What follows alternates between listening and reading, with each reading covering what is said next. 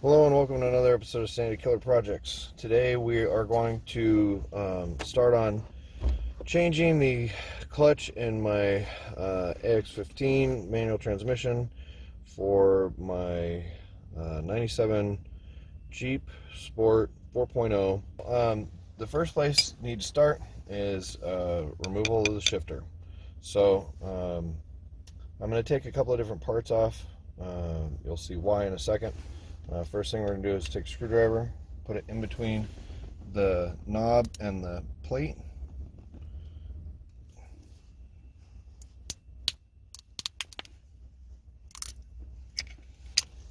Awesome. So as you can see, the plastic is very hard around the side, and it cracked the little piece of plastic off the side of it. My plan was to reuse this shifter knob, but I think I'm probably going to end up getting something a little nicer in aftermarket after this. Alright, so it looks like the size it fits is a 5/8. I'm just going to drop it down into there and pop the nut loose, and then the whole bit should come off. Once the nut is backed off just a little bit, all it really needs is all unscrew together. The nut is separate, which is coming off right here, but the knob itself has threads inside of it as well. There's a nut. You just unscrew until it comes loose, and I've got lots of plastic debris in there from my shifter knob handle, and I'm just going to put that into the drink cup. And then we need to pull the shifter boot off. This comes off really easy. Literally just grab a hold of it and it pops, and then slide the boot up over the top.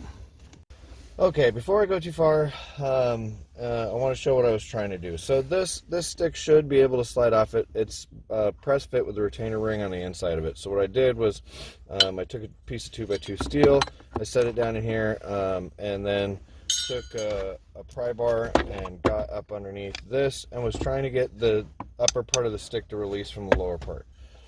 The problem is, underneath all this, when you start putting pressure on it, see how it moves up and down? There are springs that allow you, so when you're in a gear, it to return back to the home position. If I pry on those too much, I'm going to mess those springs up. I have seen people do these where they take 2 pickle forks and separate to pull this off, but this is with the whole center console out.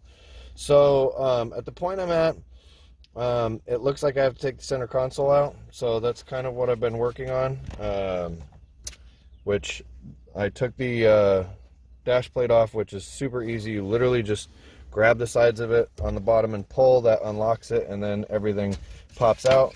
That piece is not any real effort to take off. Then I took the center console cup out, which is 2 bolts back here for the back of the lid.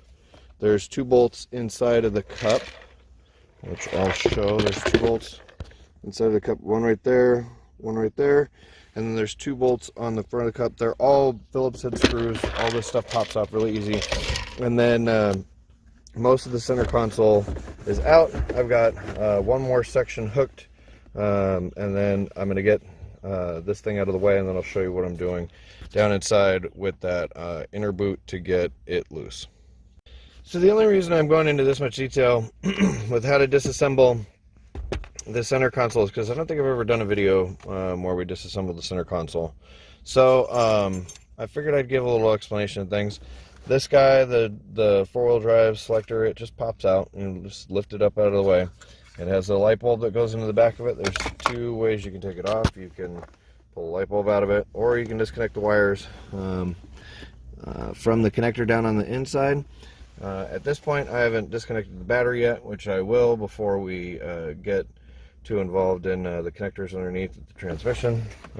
But once that's done, and you remove the Phillips head screw from that mount point that mounts to the plate, you lift this thing up at an angle. That allows you to get this out. This is your air conditioning hose that blows air into the back through the vents in the back of the center console. So once you have that like this, it'll be up at an angle like this. You need to take off the little tabletop mount, little plastic mount that holds the base of your center console. This is where those bolts go into. It has 3 mounts. Most people that have this, it's broken. Mine is broken too. It's broken through on that bolt. The screw's actually still sitting in its home location, but a lot of times, see, I have a little crack on this side too. It's part of what allows your center console to shift around, is having this bracket being broken. So you take this guy out, everything kind of gets snuck out of the back. See, I'm above the seat belt clips, and I'm being held in place by the e-brake. So what we're going to do is we're going to take this assembly off, move it out of the way. We're going to unbolt the e-brake and just slide it back. All that does is give you clearance to be able to get the center console to come up and out the rest of the way. Okay, everything in the e-brake assembly back here is 10 millimeter. So I just added 10 millimeter socket. I snuck underneath the opening that I had made down here. There are 2 bolts that hold this side of the plate on, 10 millimeter. 2 bolts on here. You have to take the little computer back here off. They're also 10 millimeter. All that comes apart. The e-brake has a bolt here, up underneath the mechanism, which you need a wrench instead of a socket, and then there's one tucked down into there. Once all that's done, you just lift the whole assembly up, and the center console comes up with it and up and out. So as you can see, I've already got it sitting in the back seat. So now everything here is exposed. All I've been doing after that is these are 7 millimeter.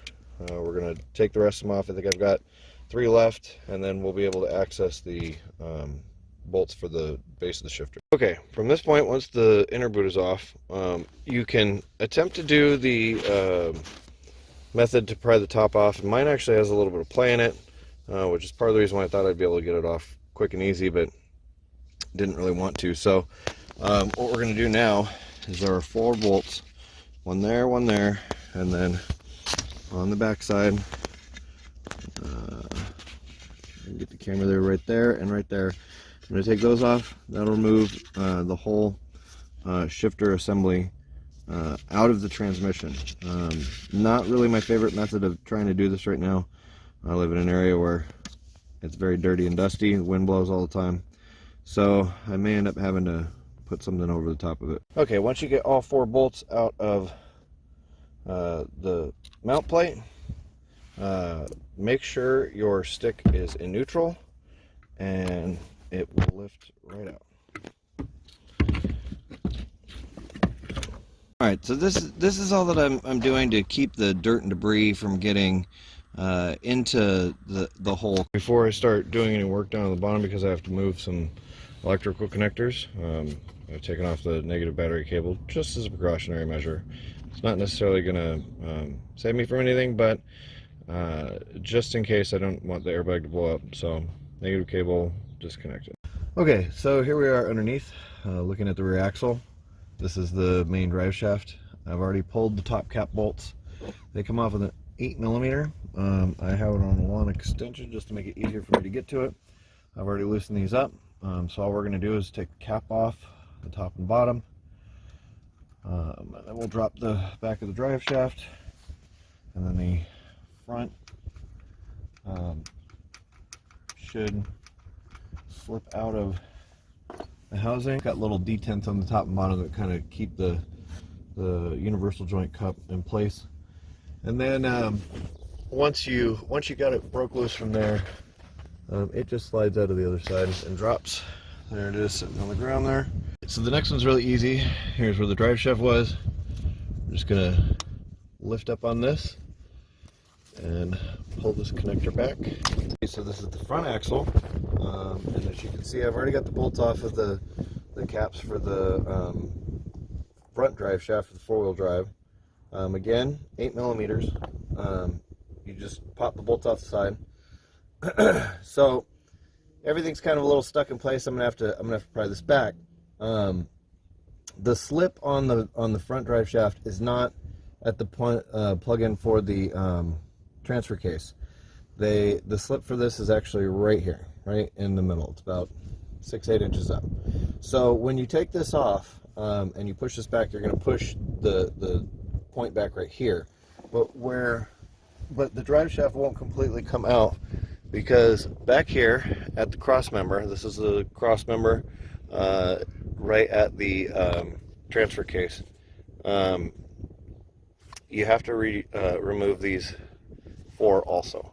Once you remove these, there's caps which you can barely see right in there and on the top side, and those caps will come loose and the drive shaft will come out completely.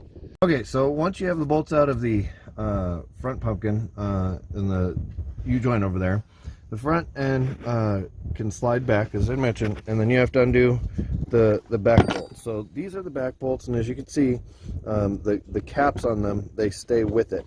This whole assembly is all one thing, it doesn't come off. Okay, so here we are looking the other direction.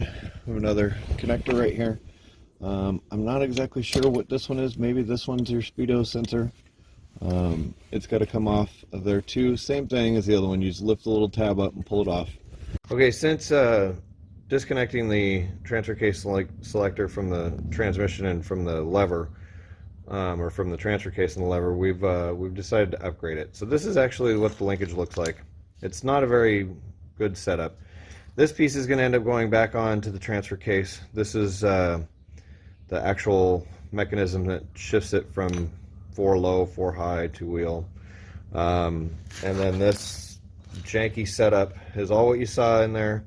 Part of it goes to a bracket, part of it goes to another bracket attached to the underside of the car, and then this goes up to the lever arm itself.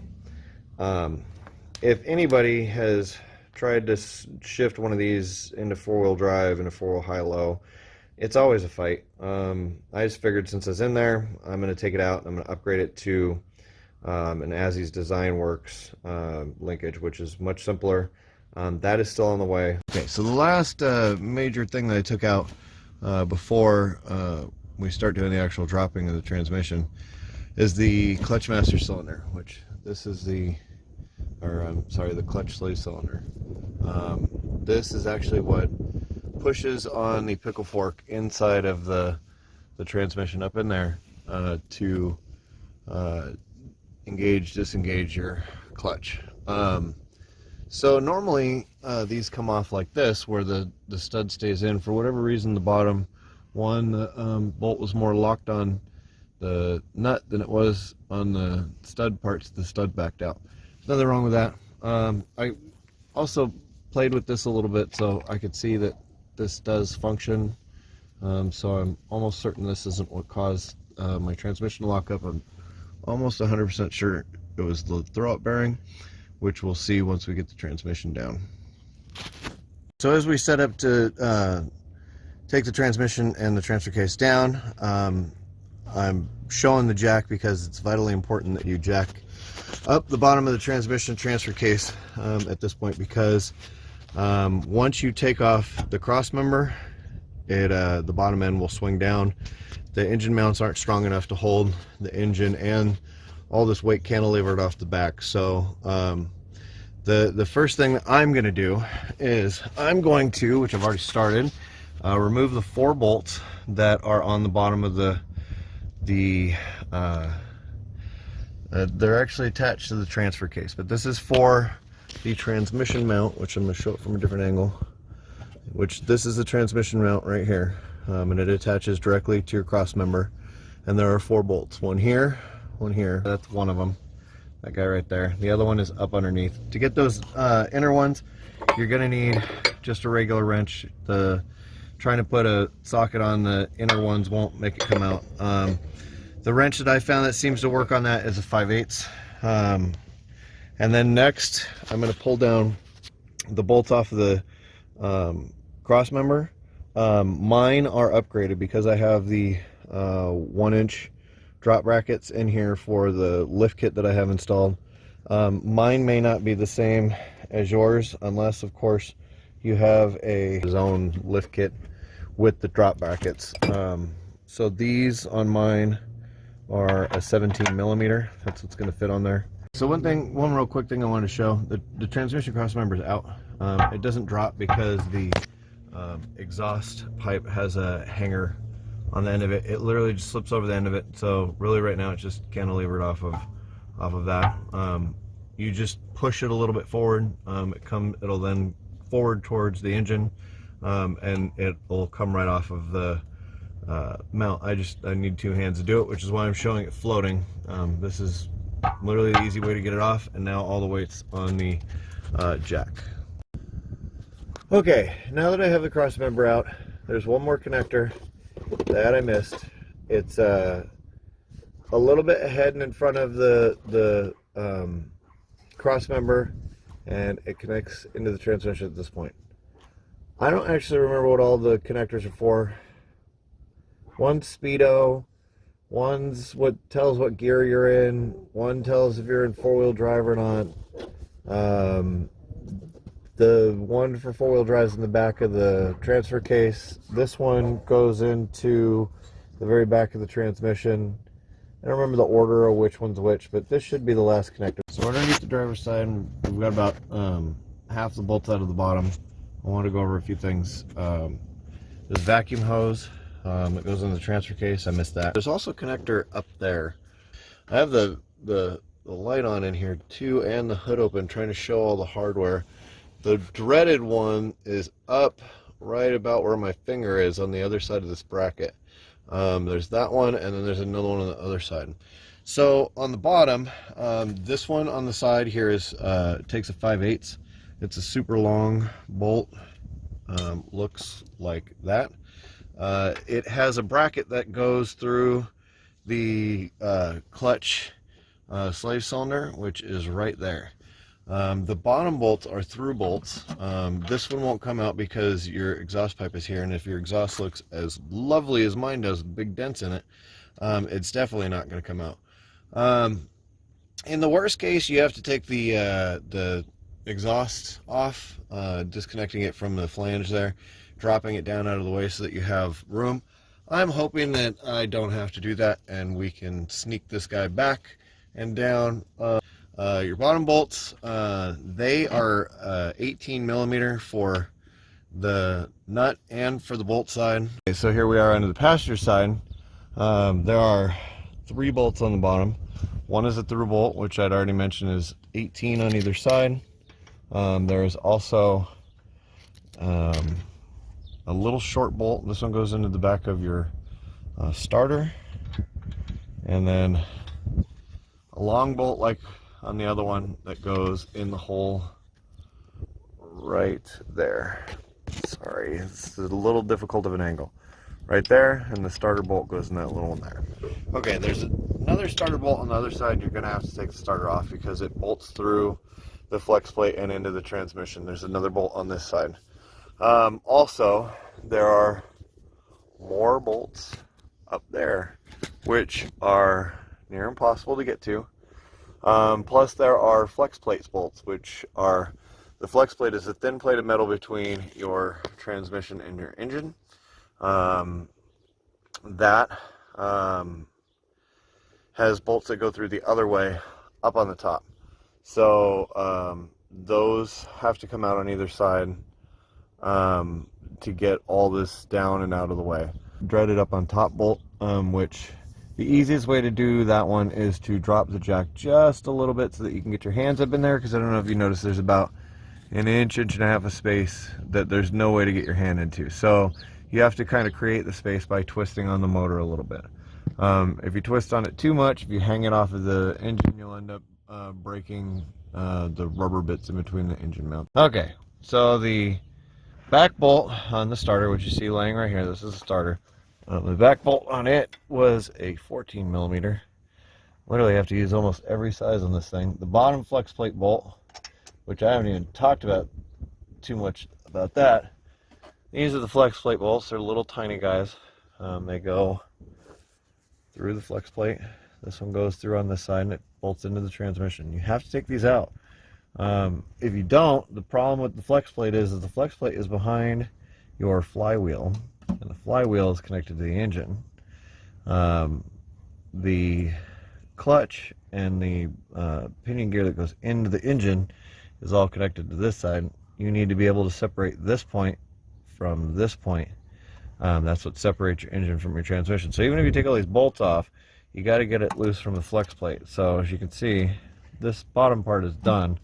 I've still got to pull the flex plate bolts on the top on this side on both, and then there's one or two more bolts up on the top, and then that sensor, and then we're ready to slide this thing out. So it's 4 different wrench sizes: 5/8, 18, 14, and 13 for everything on this setup.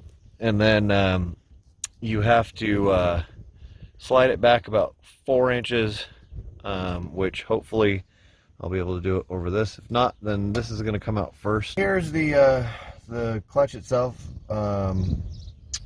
This bit needs to come out, and then we need to pull the flywheel off of it and grind the flywheel. That throwout bearing was exactly what the problem was. It is shattered into a million pieces, and it's done some other damage. So we'll show that when I show you the other end. So here's the transmission and the transfer case out. This is what's left of the pilot bearing. As you can see, it's ground itself down, and the casing's under all that's left. The bearings were down in the bottom of it.